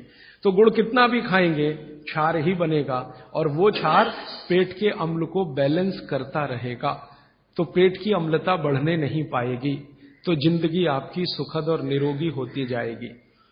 अब इसको और एक तरीके से समझाता हूं। गुड़ और चीनी पे जब हमने एक्सपेरिमेंट किए तो पता चला चीनी को पचाने के लिए पूरे शरीर को वैसी ही ताकत लगानी पड़ती है जैसी ठंडे पानी को पचाने के लिए लगती है। पूरा शरीर झुक जाता है, तब चीनी जाके पचती है, और सबसे देर में पचती है। आपने जो दाल खाई है वो पच जाएगी, गेहूं पच जाएगा, चना पच जाएगा, मटर पच जाएगी, चीनी सबसे अंत में जाके पचेगी, और उसको पचाना पड़ता है। लेकिन गुड़ दुनिया में ऐसी अद्भुत चीज है जो बनाई हिंदुस्तानियों ने, कि गुड़ सबको पचा देता है। गुड़ तो सब चीज को पचा देता है, चीनी को पचाना पड़ता है। मेरी बात समझ में आ रही है आपको? गुड़ हर चीज को पचा देगा, खुद ताकत लगा देगा। आपने गुड़ के साथ कुछ भी खाया है, वो सब चीजें गुड़ पचा देगा, लेकिन चीनी को पचने के लिए पूरी ताकत लगती है। तो चीनी जब पचेगी तो दूसरी चीजों को तकलीफ कर देती है। तो इसलिए बेहतरीन है कि गुड़ खाइए, जिंदगी भर कफ के रोग आपको नहीं आएंगे। फिर अंत में वही सवाल, मिलता नहीं जी, ये रोना बंद कर दीजिए। दुनिया में हर चीज मिलती है, जहर भी है, अमृत भी है, आपको क्या चाहिए? और आज की दुनिया है ना, आज की दुनिया माने आज का मार्केट, माने आज की इकोनॉमिक्स, वो बायर्स इकोनॉमिक्स है, कंज्यूमर्स इकोनॉमिक्स है। बायर्स मार्केट है, कंज्यूमर मार्केट है। माने जो ग्राहक मांग करेगा वही चीज बाजार में टिकेगी, ग्राहक मांग ही नहीं करेगा तो वो टिकने वाली ही नहीं है। तो आप मांग करना शुरू करो, जी गुड़ चाहिए, गुड़ चाहिए, गुड़ चाहिए, तो आप में से ही कई लोग खड़े हो जाएंगे, बोलो कितना चाहिए। मैं कोल्हापुर जाके आता हूं, गुड़ वाले से बात करके आता हूं, हमारा गुड़ जो है हमें सफेद नहीं चाहिए, हमें तो वो वाला गुड़ चाहिए जो काला का। कोई कहेगा मैं बिहार जाके आता हूं, गुड़ वाले से बात। जहां जहां गुड़ बनने के बड़े केंद्र हैं, बिहार बहुत बड़ा केंद्र है, गन्ना होता है, कर्नाटक में बहुत गन्ना है, महाराष्ट्र तो गन्ने का सबसे बड़ा केंद्र है हिंदुस्तान में। आपका महाराष्ट्र आपके बॉर्डर पे ही है, आंध्र प्रदेश में बहुत गन्ना है, तमिलनाडु में भी गन्ना है, कई इलाके तमिलनाडु में गन्ने के। जहां जहां गन्ना होता है वहां गुड़ बन सकता है। आप गुड़ बनाने वाले को बस संपर्क कर लीजिए कि देख भाई, तू इसमें वॉशिंग पाउडर मत डालना, तू इसमें वॉशिंग पाउडर मत डालना, लगे तो 2 रुपए किलो ज्यादा ले लेना। तो वो जो 2 रुपए किलो का लालच है वो ही उसको ईमानदार बना देगा। आप ले लो उससे। वो कहता है जी मेरा गुड़ 15 रुपए किलो, आपको मैं 17 रुपए किलो ले लूंगा, तुम इसमें ये जहर मत डालना। और वो 2 रुपए किलो आपने जो ज्यादा दिया वो जिंदगी के लिए कोई घटिया सौदा नहीं है, बहुत फायदे का सौदा है। तो गुड़ बनाने वाले इस देश में आज भी हजारों की, लाखों की संख्या में हैं, गांव गांव में हैं। आप उनसे संपर्क कर लीजिए और कोई एक गुड़ का केंद्र ही शुरू कर दीजिए। आपके आपस में सब लोगों को, जितने कम से कम 500-700 लोग यहां बैठे हैं, इतने घरों के लिए गुड़ आ सकता है, जरूरत के हिसाब से आपको उपलब्ध हो सकता है। तो ये मत कहिए कि मिलता नहीं, हर चीज इस देश में मिलती है, छोटे छोटे गांवों में भी उपलब्ध है। कुछ लोग गुड़ खाइए, कुछ लोग काकवी खाइए, माने जिसको राब कहते हैं। जितना जाड़े का समय है ना, नवंबर, दिसंबर, जनवरी, फरवरी तक राब भरपूर खा सकते हैं। दही में राब खाइए, दूध में राब खाइए, हलवा राब का बनाइए, गुड़ का हलवा बनाइए, गुड़ दही में खाइए, गुड़ दूध में खाइए। अब गुड़ को दूध और दही में खाने का नियम है, वो बागभट्ट जी कहते हैं।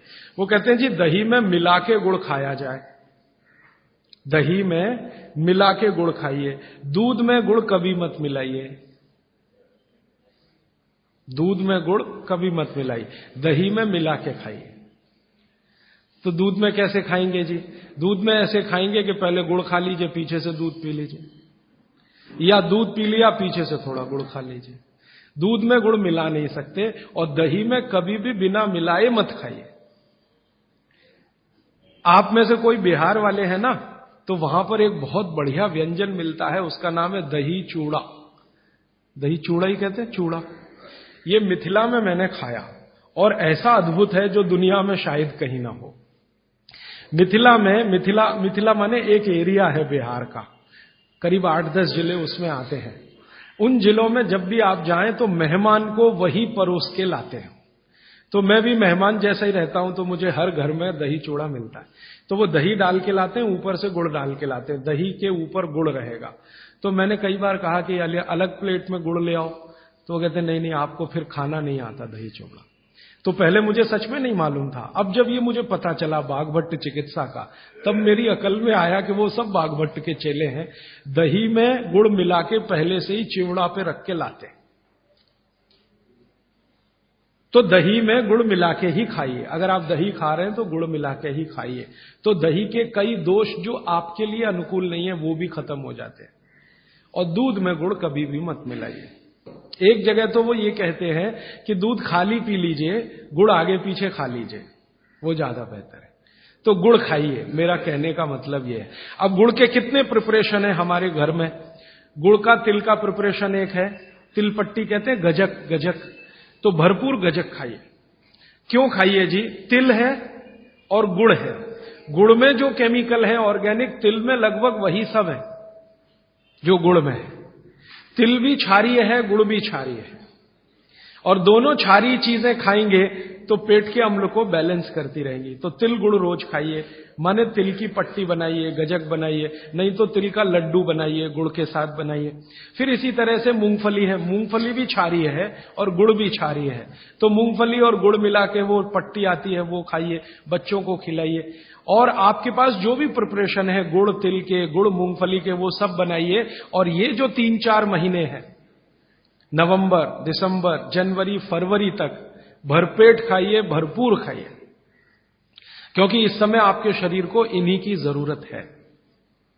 तो कफ जिंदगी से बहुत दूर रहेगा। तिल खा रहे हैं, गुड़ खा रहे हैं, मूंगफली खा रहे हैं, कफ बढ़ने की बिल्कुल संभावना नहीं, तो जिंदगी में कफ के रोग आने की संभावना नहीं। अब जानते कफ का सबसे खराब रोग क्या है? मोटापा। मोटापा कम करना है तो भरपेट गुड़ खाइए, भरपेट तिल खाइए, भरपेट मूंगफली खाइए, मोटापा भी कम हो जाएगा। हाँ, आपको डर है ना, तिल खाएंगे जी उसमें से तेल है। तेल तो है तिल में, लेकिन वो HDL वाला, LDL वाला नहीं है, VLDL। ये मोटापा जो है ना, वो VLDL और LDL का चक्कर है। HDL जैसे ही बढ़ेगा मोटापा अपने आप कम होगा, पेट अंदर ही जाएगा। आप में से कोई भी मेरे कहने पर 3 महीने एक एक्सपेरिमेंट कर लीजिए, तिल चबा चबा के खाइए, खाने के बाद 3 महीने के बाद वजन नापेंगे, 8-10 किलो कम मिलेगा, कम से कम इतना कम मिलेगा आपको। खाना खाया, खाने के बाद आप सौंफ खाते हैं ना, सौंफ की जगह तिल खाइए, और काला खाया तो और ज्यादा वजन कम मिलेगा। काला तिल एक है सफेद, काले की गुणवत्ता सफेद से भी ज्यादा है, लेकिन ये इन्हीं 4 महीनों में। गर्मी में अगर आपने यही तिल खाया तो प्रॉब्लम आएगी। भागवत जी कहते हैं कि तिल खाने का सबसे अच्छा समय वही है जो आज चल रहा है, ये फरवरी तक चलेगा। तो फरवरी तक, और कभी बहुत ज्यादा लिबरल हो तो होली के दिन तक वो कहते हैं तिल खाने का समय है। होली होते ही तिल कम करिए या खत्म करिए। फिर कुछ और चीज आएगी, वो क्या आएगी वो मैं बता दूं, लेकिन आप ये करके देख लीजिए। 4 चीजों को ज्यादा उपयोग आप करेंगे, वजन आपका कम होता जाएगा, पेट का अम्ल कम होता जाएगा, घुटनों के अंदर का जो कई बार कहते हैं ना डॉक्टर यूरिक एसिड जमा हो गया जी, यूरिक एसिड। यूरिक एसिड क्या है? अम्ल ही तो है। तो ये यूरिक एसिड आपको कम करना है, तो गांठ के सब जो माने जोड़ों के दर्द आपको कम करने हैं, तो इनके लिए ये सब चिकित्सा बताई है। तिल है, गुड़ है, और मैंने एक चीज बोली थी कि अगर आप जैन नहीं हैं तो शहद है। शहद में भागवत जी कहते हैं छोटी मधुमक्खी का शहद, बड़ी का नहीं। तो शहद लाएं तो उसको पूछ लीजिए। तो एक हिस्सा हो गया कफ का। अभी दूसरा पित्त का हिस्सा। पित्त का हिस्सा बहुत क्लियर है, एकदम स्ट्रेट फॉरवर्ड है कि घी ज्यादा खाएंगे पित्त आपका हमेशा सम रहेगा। और ज्यादा घी खाने का जो समय है वो बारिश के दिनों में और ये जो गर्मी के दिन होते हैं ना, उस समय घी ज्यादा खाइए ताकि पित्त को कंट्रोल करके रखे। और वात के लिए मैं पहले ही बता चुका हूं, शुद्ध थे। अभी ये जितनी बात है आप सोचो कितनी सरल है। बस हमें अपनी जीवन शैली में थोड़ा बदलाव करना है। जीवन शैली में बदलाव से पहले मन में संकल्प लेना है कि जी हम तो ऐसे ही चलेंगे, दुनिया जिधर जाए जाए, हमें उससे मतलब नहीं, हम तो ऐसे चलेंगे। तो ये 3 चीजें अगर आपने देख ली तो बहुत अच्छा है। अब थोड़ा आगे चलें। अब और दूसरी चीजों पे मैं चलता हूं कि और कौन कौन सी चीजें हैं जो आपके आसपास हैं और आपके वात पित्त कफ तीनों को सम पे लाने में मदद कर सकती है। ये तीनों समभाग में रहें तो अच्छा होता है। और कौन कौन सी चीजें हैं? तो भागवत जी कहते हैं रसोई के बाहर जाने की जरूरत ही नहीं, सब वहीं है। भागवत जी ने एक सूत्र लिखा है, दुनिया का सबसे बड़ा औषधि केंद्र हमारा रसोई घर है। सबसे बड़ा औषधि केंद्र रसोई घर है। अब दुर्भाग्य से हम रसोई में जिनको मसाला कहते हैं ना, मसाला, वहां मसाला कुछ नहीं है, सब औषधि है। मसाले का और औषधि का अंतर मालूम है? ये मसाला तो शब्द ही भारत का नहीं है, पहले तो ये बता दूं। ये अरबिक शब्द है, फारसी से अरबी में आया, अरबी से हमारे घुस गया, हिंदी में और जगह जगह घुस गया। ये विदेशी आए तो ये शब्द भी आया। हिंदुस्तान में 17वीं 18वीं शताब्दी का साहित्य जब मैं पढ़ता हूं तो जब तक मुगलों का राज्य रहा तब तक मसाले शब्द का बहुत उपयोग है। मुगलों के राज्य के पहले एक भी जगह किसी भी शास्त्र में मसाला नहीं है। चरक संहिता पढ़ी मैंने, कहीं भी मसाला नहीं है उसमें। सुश्रुत में कहीं मसाला नहीं है, बागवट की कहीं मसाला नहीं है। पुराने जितने लेखक हुए हैं ना 10वीं शताब्दी के पहले के, कहीं भी किसी ने मसाले शब्द का इस्तेमाल ही नहीं किया। हर जगह है तो औषधि है, औषधि औषधि, जीरा औषधि, धनिया औषधि, ये औषधि के रूप में है। तो इनकी जो प्रॉपर्टीज हैं रसोई घर की औषधियों की, ये सब आपके चिकित्सा के लिए है। अब मुझे समझ में आता है कि हमारे पुराने जमाने की माताएं बहनें, जो हमारी दादी हैं, नानी हैं, उन्होंने अपनी अपनी बेटियों को जो कुछ सिखाया, सब्जी बनाना तो क्या क्या डालना, जीरा चाहिए, धनिया चाहिए, हींग चाहिए, मात्रा कितनी कितनी चाहिए, वो सब बड़े वैज्ञानिक और चिकित्सक लोग रहे होंगे। क्योंकि रोज हमारे शरीर में वात पित्त कफ की स्थिति सम और असम होती रहती है। आप जानते हैं सुबह जो है ना वात ज्यादा होता है शरीर में, सुबह सुबह, दोपहर को पित्त ज्यादा होता है, शाम को कफ ज्यादा होता है। तो ये पूरे 24 घंटे में ऊपर नीचे होता रहता है। तो 24 घंटे में जो वात पित्त कफ ऊपर नीचे होता रहता है, तो सब्जियों में उसी के हिसाब से औषधियां डाली जाती है। जैसे दोपहर की सब्जी बने, दोपहर की, तो मेरी दादी को मैंने देखा था कि दोपहर की सब्जी बनाएगी तो अजवाइन जरूर डालेगी उसमें, और वही सब्जी रात को बनाती थी तो अजवाइन नहीं डालती थी। तो एक दिन मैंने दादी से पूछा कि यही सब्जी दोपहर को मैंने खाई तो इसमें अजवाइन थी, शाम को खाई तो नहीं, क्यों? तो उसने उत्तर तो नहीं दिया। तो उसने कहा मेरी मां ने ऐसा सिखाया। बस बात खत्म हो गई। अब उस समय मैं भी मान लिया कि ठीक है, उसकी मां ने सिखाया। अब जब मैंने काम शुरू किया ये चिकित्सा पर, तब मेरे समझ में आया कि अजवाइन जो है पित्तनाशक है। घी के बाद, देशी गाय के घी के बाद जो सबसे ज्यादा पित्तनाशक दूसरी कोई चीज है तो वो अजवाइन है। और दोपहर को पित्त भड़कता है, आप जानते हैं, और वो स्वाभाविक है क्योंकि खाना खाने के लिए पित्त भड़कना ही चाहिए। तो उस समय अजवाइन डाली जाती है सब्जी में, क्योंकि दोपहर को ही शरीर को अजवाइन की जरूरत होती है पित्त को सम पे लाने के लिए। तो भारत में ज्यादातर माताएं बहनें ये बात जानती हैं कि दोपहर की सब्जी में अजवाइन चाहिए। दोपहर का दही है ना, दही का मट्ठा, उसमें भी अजवाइन का बघार लगता है। दोपहर की जितनी भी चीजें हैं ज्यादातर अजवाइन ग्रस्त होती हैं या अजवाइन से बनती हैं, क्योंकि पित्त को सम पे रखना है। तो आप सोचो, जो लोग ये कर रहे हैं वो बिना कहे कितना बड़ा काम कर रहे हैं। हमने उसका वैल्यूएशन नहीं किया, ये हमारी मूर्खता। हमारे यहां तो एक बहुत बड़ा दुष्कर्म इस देश में हुआ है। अंग्रेजों के हम गुलाम हो गए, तो सब कुछ हम भूल गए, अपनी चीजें। अंग्रेजों ने जो सिखाया वही हमें याद है। तो हम जीडीपी का कैलकुलेशन करते हैं अंग्रेजों के फॉर्मूले से। जीडीपी निकलता है इस देश का, ग्रॉस डोमेस्टिक प्रोडक्ट। तो मैंने बहुत बार इस देश के अर्थशास्त्रियों से पूछा कि जीडीपी में आप विचित्र विचित्र कैलकुलेशन करते हैं। जैसे भारत की पुलिस है, उस पर जो खर्चा हो रहा है वो जीडीपी का हिस्सा है। अगर चोरियां बढ़ी, डकैतियां बढ़ी, तो पुलिस का खर्च बढ़ेगा तो जीडीपी बढ़ेगा।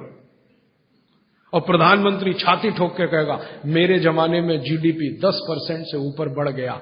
सो व्हाट, पुलिस का खर्च बढ़ गया, माने चोरियां बढ़ गई, डकैतियां बढ़ गई, अत्याचार बढ़ गए, अनाचार बढ़ गए, तो जीडीपी बढ़ गया, तो क्या बड़ी बात है।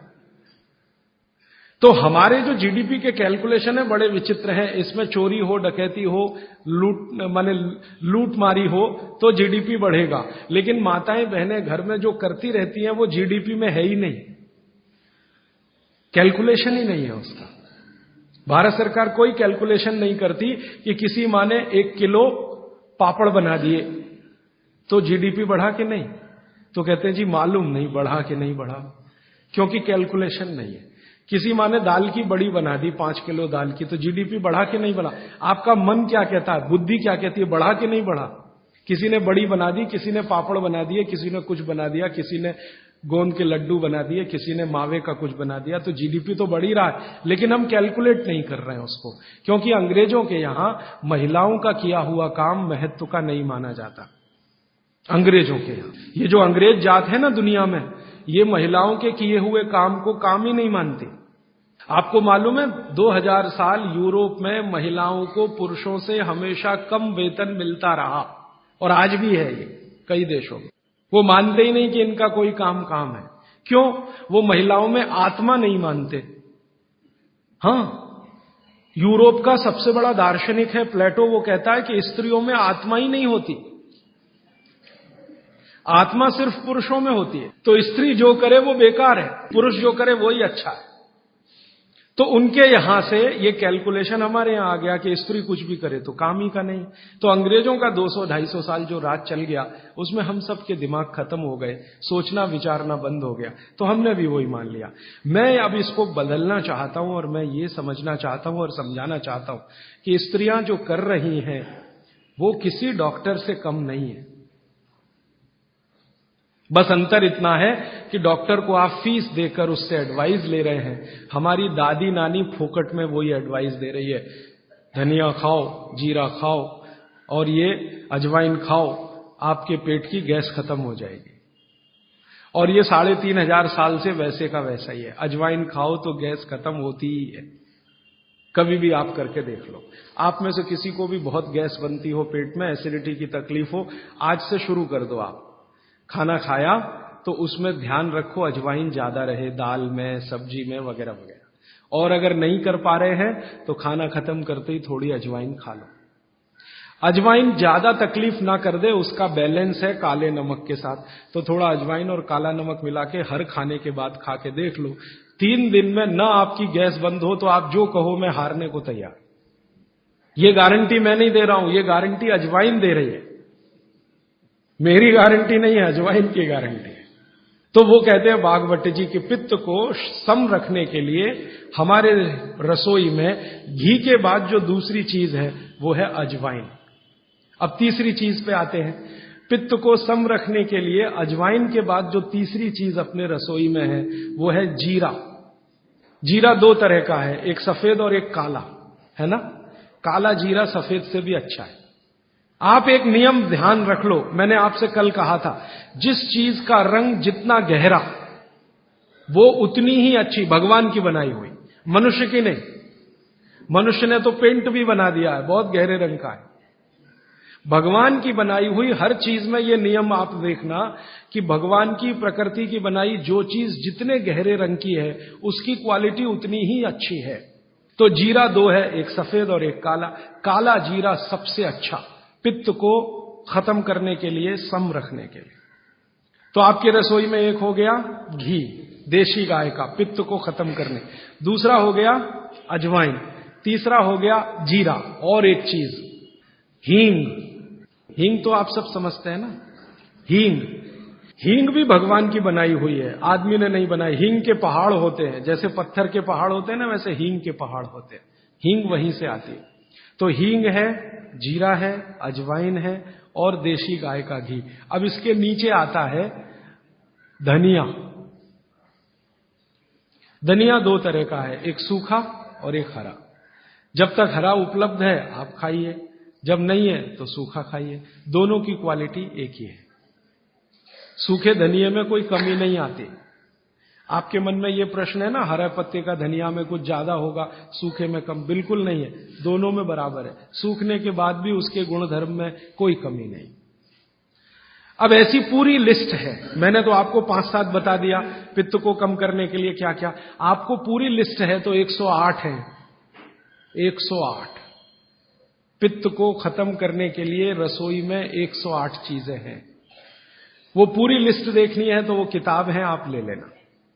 एक स्वदेशी चिकित्सा किताब हमने बनाई है और एक बनाई है गंभीर रोगों की चिकित्सा, इसमें ये सूची है। और थोड़ी सी अष्टांग हृदयम के भाग 3 में भी है, भाग 2 में भी है, थोड़ी थोड़ी है। थोड़ा आगे बढ़े, कफ की सूची मैंने बताई आपको। कफ में सबसे अच्छी चीज है गुड़। गुड़ के बाद दूसरे नंबर पर है शहद। जैन है तो शहद मत खाइए, ये मेरी भी विनती है आपको, क्योंकि नहीं तो मैं पाप का भागीदार बनूंगा जो आपसे कहूं कि शहद खाओ, और मुझे तो मोक्ष में जाना है। तो पाप की गठरी क्यों ला दूं? तो आप जैन हैं तो बिल्कुल शहद मत खाइए, अजैन है माने जैन नहीं है तो आप कोशिश करिए कम से कम खाएं, ना खाएं तो और भी अच्छा, क्योंकि अपने पास शहद का विकल्प है गुड़। जब गुड़ ना रहे तब सोचें। इसी तरह कफ को कम करने की और क्या चीज है अपने रसोई में? कफ को कम करने की दूसरी जो सबसे अच्छी चीज बताई भागवत जी ने वो है सौंठ। सौंठ, सौंठ का ही एक दूसरा रूप है अदरक। अदरक से अच्छी है सौंठ। कारण क्या है?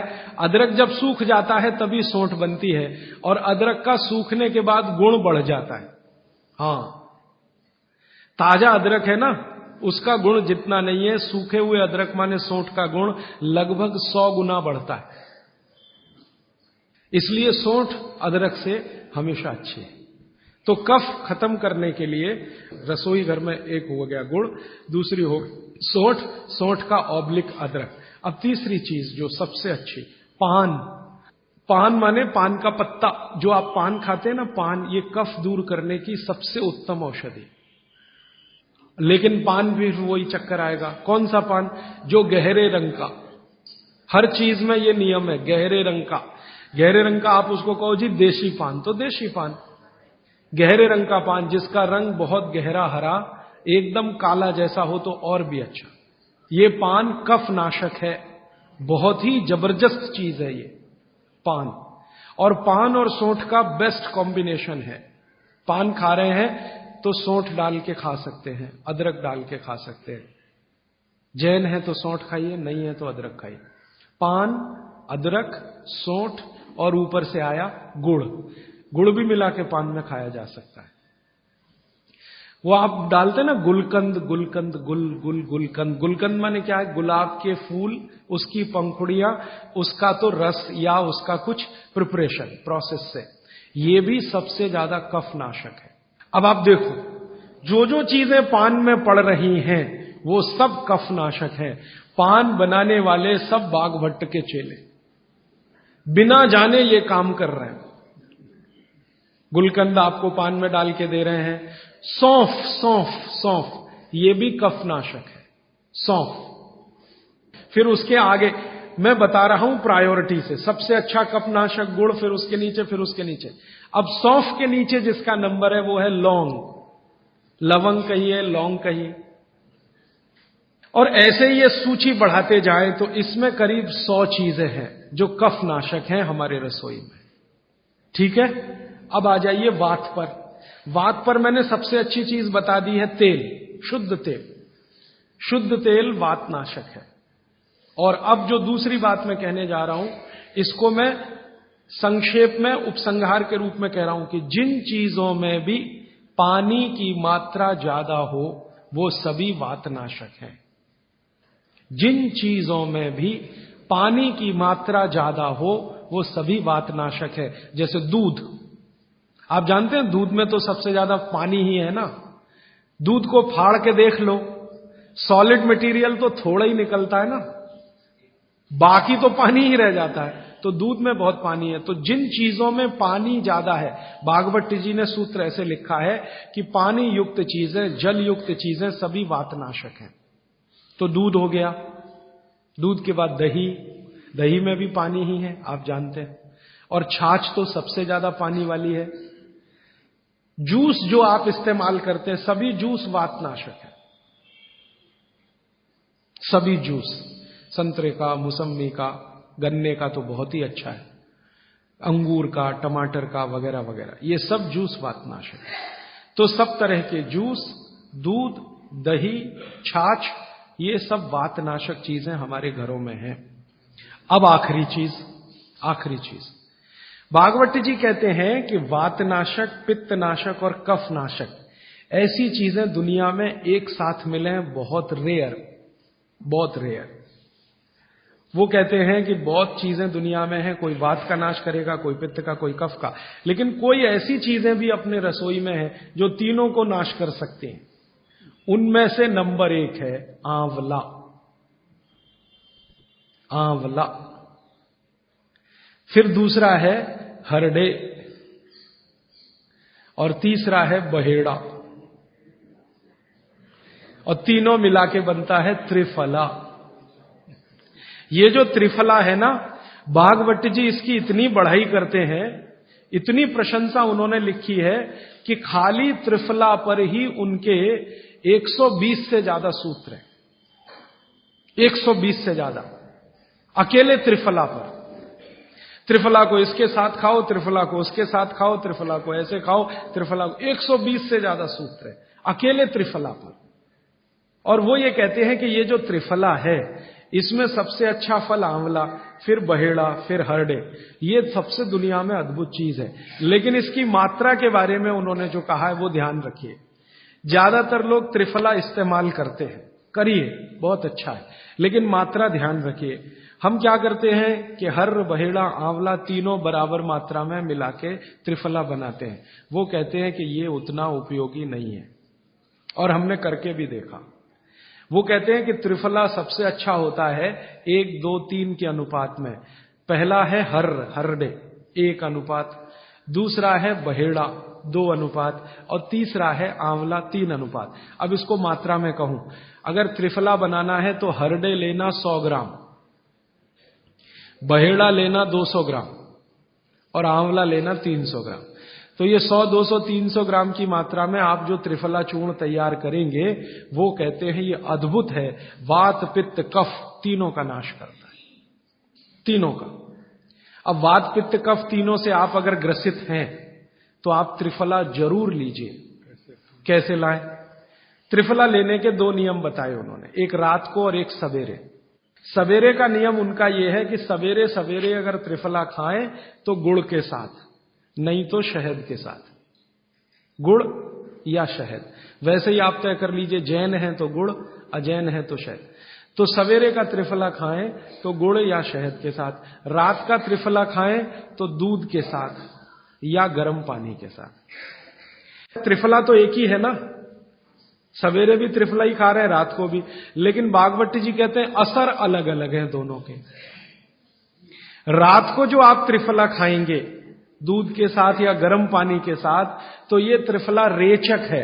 रेचक शब्द उन्होंने इस्तेमाल, रेचक माने पेट को साफ करने वाला, बड़ी आंत की सफाई करने वाला, शरीर के सब अंगों की सफाई करने वाला, झाड़ू लगाने वाला जो व्यक्ति, वो रेचक। तो कहते हैं रात को अगर त्रिफला आप ले रहे हैं दूध के साथ या गर्म पानी के साथ, तो ये रेचक है। माने ये एक ही काम सबसे ज्यादा करेगा कि आपकी कब्जियत मिटा देगा। कितनी भी पुरानी कब्जियत है मिटा देगा, 40 साल पुरानी भी मिटा देगा रात को। और जो दिन को त्रिफला खाया सवेरे गुड़ के साथ, तो वो कहते हैं ये पोषक है। एक शब्द है रेचक और एक है पोषक। पोषक माने शरीर को जो कुछ चाहिए, विटामिन सी चाहिए, विटामिन ए चाहिए, विटामिन डी चाहिए, या विटामिन के चाहिए, या कोई विटामिन चाहिए, या हमें माइक्रो न्यूट्रिएंट्स चाहिए, शरीर को कैल्शियम चाहिए, आयरन चाहिए, वगैरह वगैरह। तो शरीर को अगर पोषकता चाहिए तो त्रिफला सवेरे खाना, और शरीर में आप मानते हैं कि हमारी कब्जियत ठीक करने के लिए तो त्रिफला रात को खाना। दोनों समय के त्रिफले में बिल्कुल अलग तरह के परिणाम आते हैं। तो जो कहें हम तो स्वस्थ हैं जी, तो सवेरे ही त्रिफला खाओ, स्वस्थ हैं तो। और जो कुछ बीमारियां हैं आपको, तो रात को खाओ। ठीक है? मात्रा ध्यान रखना, 1, 2, 3 सम मात्रा का त्रिफला बहुत रेयर केस में इस्तेमाल होता है। 1 या 2 ही बीमारी हैं। अभी मैंने एक जगह इस्तेमाल किया था, एक वैज्ञानिक हैं, भाभा एटॉमिक रिसर्च सेंटर में काम करते हैं, उनको एक बीमारी हुई रेडिएशन से। रेडिएशन आप जानते हैं सभी एटॉमिक सेंटर में। तो उनका पूरा शरीर सड़ गया, एकदम सड़ गया, जगह जगह घाव, जगह जगह, और उसमें से खून निकलता, मवाद निकलता। वो बेचारे इतने परेशान, इतने हैरान, कहां कहां जा जाके, अमेरिका, कनाडा, सब जगह, कुछ इलाज हुआ नहीं, कोई रिलीफ मिला नहीं। कपड़ा भी नहीं पहन सकते, ऐसी स्थिति थी, हमेशा नंगे बदन रहते थे। तो ऐसे ही किसी ने मुझे उनके बारे में बताया। बंबई तो मैं अक्सर जाता रहता हूं कि राजीव भाई एक ऐसे व्यक्ति हैं।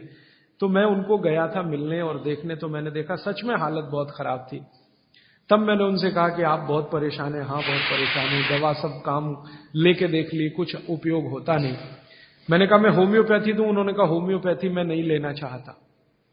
तो मैं पूछा चलो आप फिर एक काम करो, त्रिफला चूर्ण खाओ बस, और कुछ मत करो। तो उन्होंने त्रिफला चूर्ण शुरू किया। ये मैंने बताया 1 2 3 शुरू किया, 3-4 महीने में रिजल्ट बहुत थोड़ा आया थोड़ा आया। फिर मैंने कहा मात्रा बदल के देखते हैं।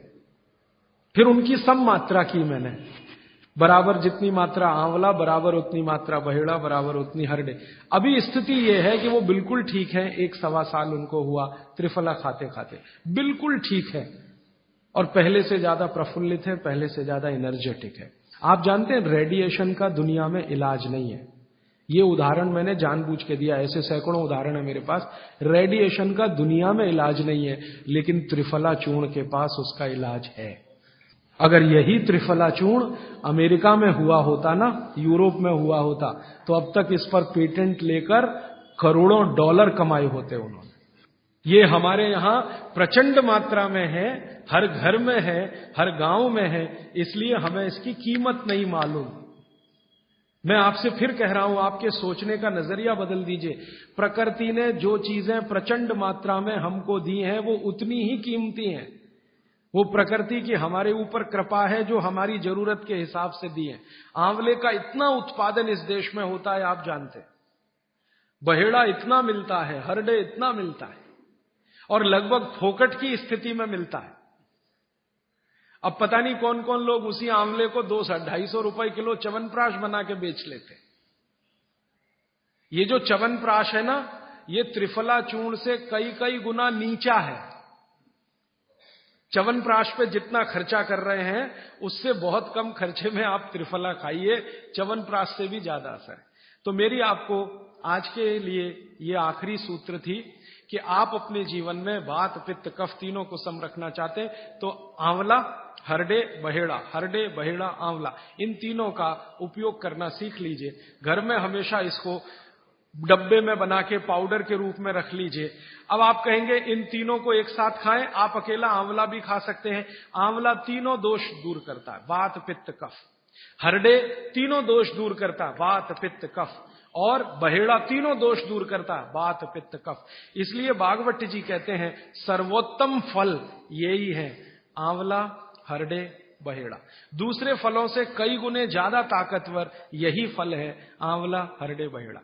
अब आपको आखिरी एक छोटी सी बात कह दूं कि आप में से किसी को भी ये तकलीफ है कि आपके शरीर में मेद बढ़ा हुआ है, मेद माने मांस बढ़ा हुआ है, बहुत लोग परेशान है, मोटापा, मेद माने कफ बढ़ा हुआ है, सीधी सी बात, तो आप त्रिफला खाइए। कब खाना है? आपको रात को नहीं खाना है, सवेरे खाना है। जिनको भी मांस बढ़ा है शरीर पर, मेद बढ़ा है, उनको अगर छाटना है, इसको कम करना है, तो त्रिफला सवेरे खाना, आंवला सवेरे खाना। आप त्रिफला नहीं खा सकते तो आंवला ही खा लीजिए, 4 आंवले 3 आंवले रोज खा लीजिए। आंवले को मुरब्बा बना के खा लीजिए, मुरब्बा को और आंवले का अचार बना के खा लीजिए, आंवले की चटनी बना के खा लीजिए, जैसे भी है आंवला खा लीजिए। 3 से 4 आंवला जितना होता है ये पेट में जाते रहे तो साल भर में आप देखोगे आप पहले से ज्यादा स्लिम और ट्रिम हो जाएंगे। और आंवले के बारे में आज के जो वैज्ञानिक कह रहे हैं, आज के, वो कहते हैं कि दुनिया का सबसे अच्छा एंटीऑक्सीडेंटल फल कोई है तो वो यही है। एंटीऑक्सीडेंट माने जो ऑक्सीडेशन की क्रिया को कम करे, और शरीर में हमेशा ऑक्सीडेशन चलता है। ऑक्सीडेशन में उम्र कम होती है, शरीर के हर अंग का क्षय होता है। तो अगर उम्र बढ़ानी है और अंगों का क्षय बचाना है तो आंवले से अच्छी कोई चीज नहीं। दैनिक जीवन में, भोजन में इसको जरूर धारण करिए। भागवत जी कहते हैं कि जब त्रिफला खाएं, आंवले के बारे में तो वो कुछ नहीं कहते, वो कहते हैं साल भर खाओ, 2 साल खाओ, रोज खाओ, कोई दिक्कत नहीं। त्रिफला खाएं तो 3 महीने लगातार खाने के बाद थोड़े दिन छोड़ देना।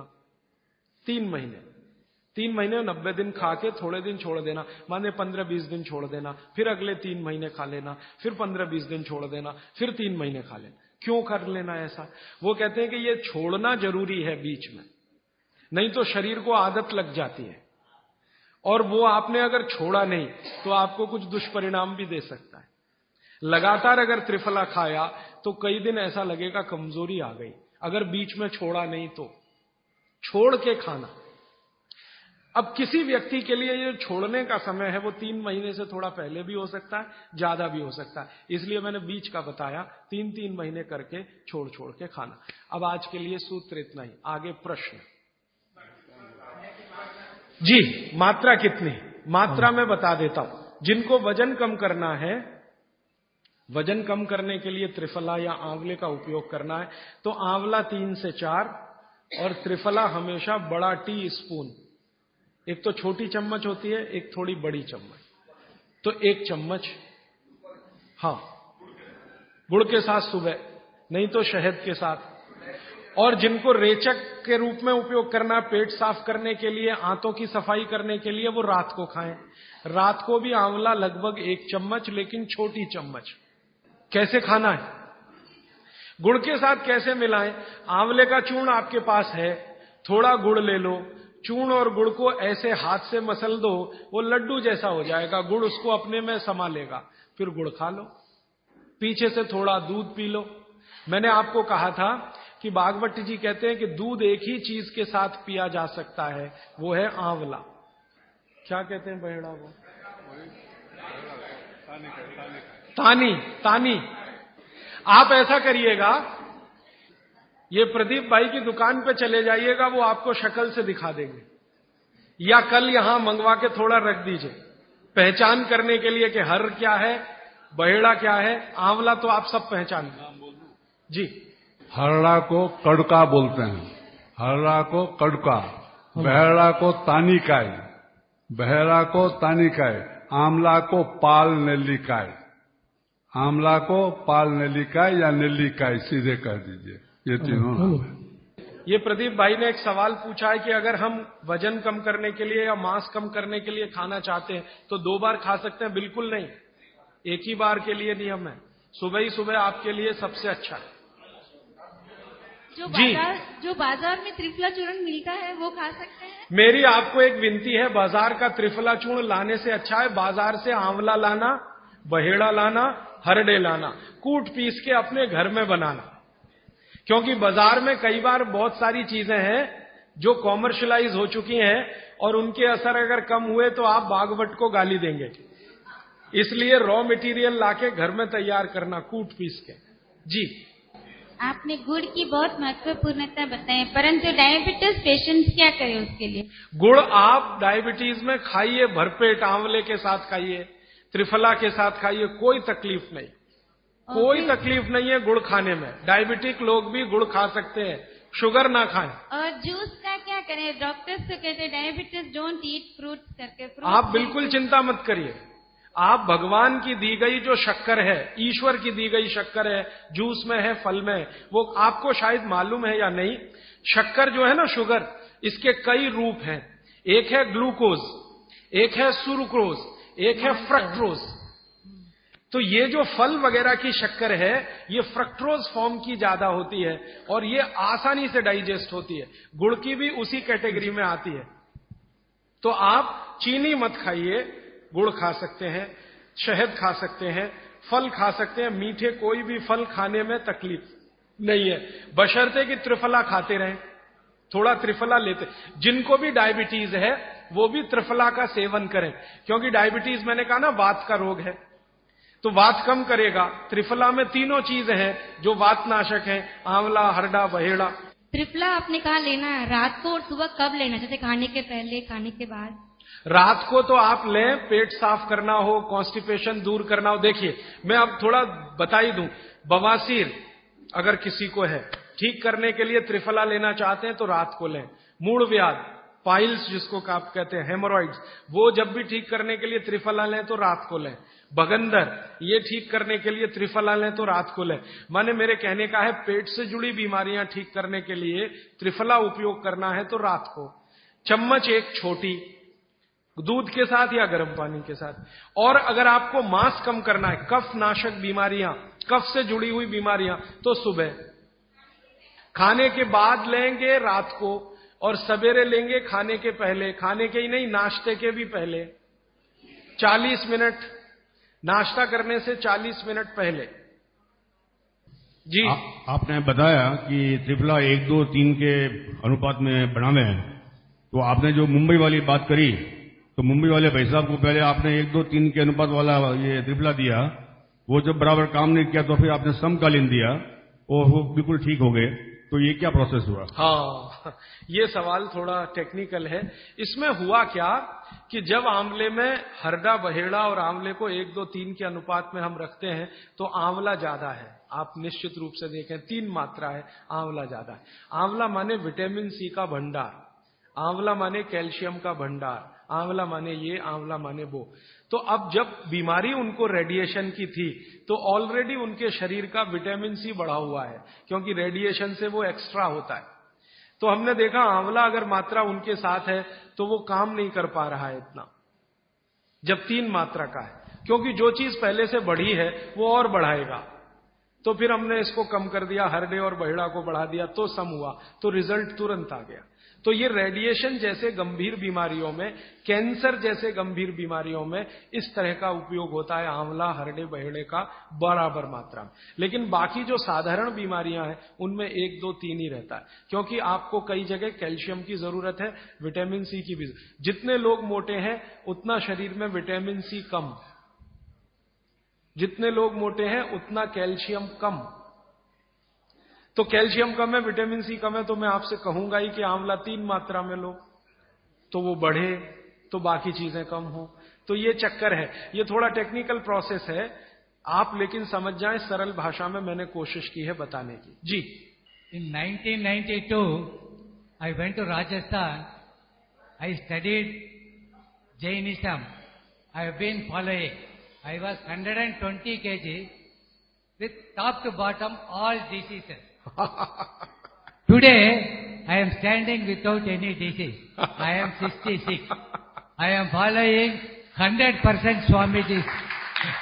I don't take idli, chapati or sugar. Particularly white sugar is nothing but carbon. Nothing but carbon. Carbon, charcoal koi खाएगा. The same way, the refined oil, nothing but again carbon. Asphalt, road के डालेगा ना, tar, that is. So, what he said, I learned it in Rajasthan. I was 127 kilo. Now I am just 49 or 50 kilo without any disease from top to bottom, including lung cancer and mouth cancer. I cured without any medicine, only by food, the Swamiji's food. I have to thank Jainism. But one sorry state, kindly all Jains follow, not attending here, follow it. Don't listen and forget it. All these things have to go into your heart and eat healthy, live healthy. Thank you. मेरे पास एक कागज में लिखा हुआ प्रश्न आया है, छोले की दाल और दही साथ में खा सकते हैं? आप ये देखो, छोला द्विदल है क्या? है तो नहीं। और खाना है तो तरीका मैंने बताया, दही गर्म करके बघार लगा के। तो जो भी चीज द्विदल है उसके साथ दही खाएं तो बघार लगा के, तब उसकी तासीर गर्म होती है, तभी खाएं। धन्यवाद। स्वदेशी द्वारा भारत को फिर से सोने की चिड़िया बनाने के लिए भूख, गरीबी और बेरोजगारी को जड़ से खत्म करने के लिए तथा देश के ग्रामीण जनों को स्वावलंबी बनाने के लिए स्वदेशी अपनाने का संकल्प ले। महात्मा गांधी, सुभाष चंद्र बोस, भगत सिंह, लोकमान्य तिलक जैसे हजारों क्रांतिकारियों के सपनों का भारत बनाने वाले इस अभियान से जुड़े और स्वदेशी अपनाएं। स्वदेशी यानी भारत को सोने की चिड़िया बनाने का दर्शन। राजीव भाई के सपनों को पूरा करने के लिए, भारत को स्वदेशी बनाने के लिए, स्वदेशी का विचार जन जन तक पहुंचाने के लिए, स्वदेशी अपनाने और देश को खुशहाल बनाने के इस अभियान में शामिल हो। स्वदेशी सामानों की सूची जानने के लिए, स्वदेशी सामानों की उपलब्धता के लिए और स्वदेशी चिकित्सा से अपने शरीर को बिना दवा के स्वस्थ रखने के लिए सेवाग्राम वर्धा के कार्यालय में संपर्क करें। राजीव भाई के विचारों को गांव-गांव में पहुंचाने के लिए उनकी सीडी को निशुल्क वितरण करवाएं। स्वदेशी चिकित्सा के कैंप लगाकर बीमारियों को बिना दवा के ठीक करें। देश का पैसा देश में रहे और हमारा देश समृद्ध बने। स्वदेशी अपनाएं, स्वदेशी सामानों की विस्तृत जानकारी के लिए हमारे शोध केंद्र पर संपर्क करें।